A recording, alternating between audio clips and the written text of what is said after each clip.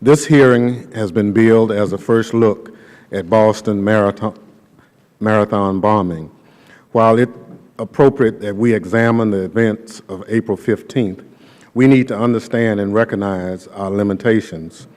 First, we must recognize that the events of the day remain under investigation.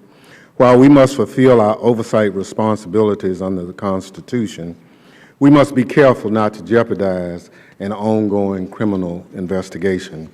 So we must exercise some discretion in our questioning and our statements about these events, the suspects and theories about links to others who may have not been in custody. Despite these limitations, there's such much that we can discuss regarding the Boston Marathon bombing. We can and should discuss the incredible response from the police, firefighters, and emergency medical personnel. Once again, the first responder community ran toward a catastrophic situation when others were running away. So I want to commend the Boston first responders for their bravery and heroic actions. But I also must recognize that as first responders, they demonstrate that kind of bravery every day. Second, we need to acknowledge the people of Boston and the surrounding area. They not only responded with calm and determination on that day, but in the days that followed, they responded to law enforcement's call for help by sharing their photographs and videos.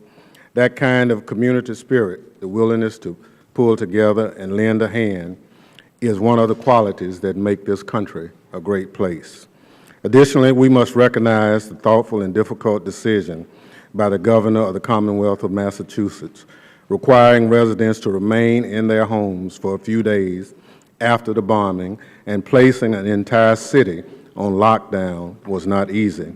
But given that the exact nature of the threat was unknown, it was a decision which had to be made. And finally, we must acknowledge the decision of the Attorney General to immediately refer to the bombing as an act of terror and send the FBI and other federal law enforcement to assist in the effort to locate, arrest, and bring to justice those responsible. Mr. Chairman, as we look at the events of April 15th and the days that followed, we must also look at what happened before April 15th. As a Committee on Homeland Security, we must acknowledge that the kind of response that occurred on that day would not have been possible without federal grant funds.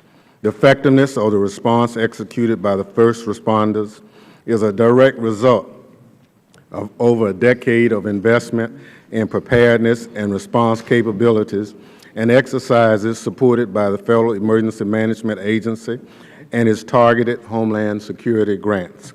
Since 2002, the Commonwealth of Massachusetts and the Boston urban area have received over $1.3 billion in funding through federal grant programs. The Commonwealth and the Boston urban area have used these funds to develop the capabilities to prevent, prepare for, mitigate the effect of, respond to, and recover from natural disasters and terrorist attacks like the Boston Marathon bombing. Anyone who has doubts about the value of federal grant dollars should be reminded of the brave actions of the first responders on April 15th. So as this Congress continues to cut funding for these programs, I hope my colleagues on the other side, who are members of the committee, will oppose these cuts. Refusal to support these funding cuts will be the greatest tribute any of us could make to the people of the Boston area. But, Mr. Chairman, I also recognize that in addition to the positive effects of federal grant funding, the Boston bombing also reveals some negatives that we cannot ignore. We cannot ignore that once again it has taken a tragedy to reveal problems in our vast, varied, and numerous federal databases. We faced a similar problem of a faulty database in the Christmas Day bombing incident. Now we learn that there were database problems which made it possible for one of the bombing suspects to re-enter the country after a trip to Russia. It's time to recognize that we must develop a way to fix and integrate the various databases. We must also realize that in the federal government, no one agency or entity has the responsibility and the authority to scrub and integrate these vast systems that contain records on millions of people. Congress cannot continue to complain about the failure of the databases without giving the authority and the funding to one agency to fix these problems.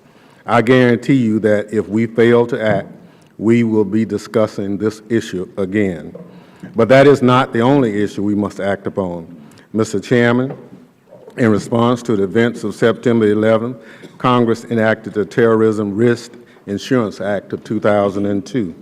That measure increased the availability of terrorism risk insurance at-risk American businesses by guaranteeing that the government would share some of the losses with private insurers should a terrorist attack occur.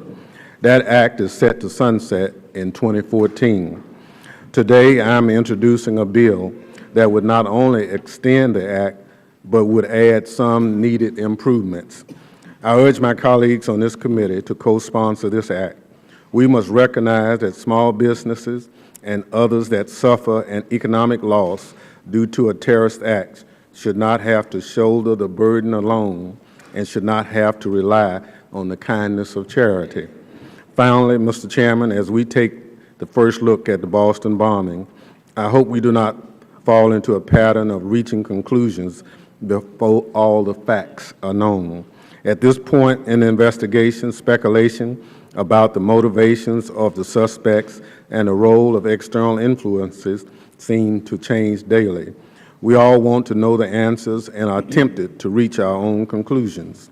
But everyone and everywhere I read that everything there is a time and season. This is not the time, and the season has not yet come. But it will arrive shortly. So I look forward to our second look, Mr. Chairman, where we can receive testimony from representatives of the intelligence and investigative agencies that may serve to answer many of our questions about motivations, the suspect, and external influences. Again, I want to thank the witnesses for appearing today, and I yield back.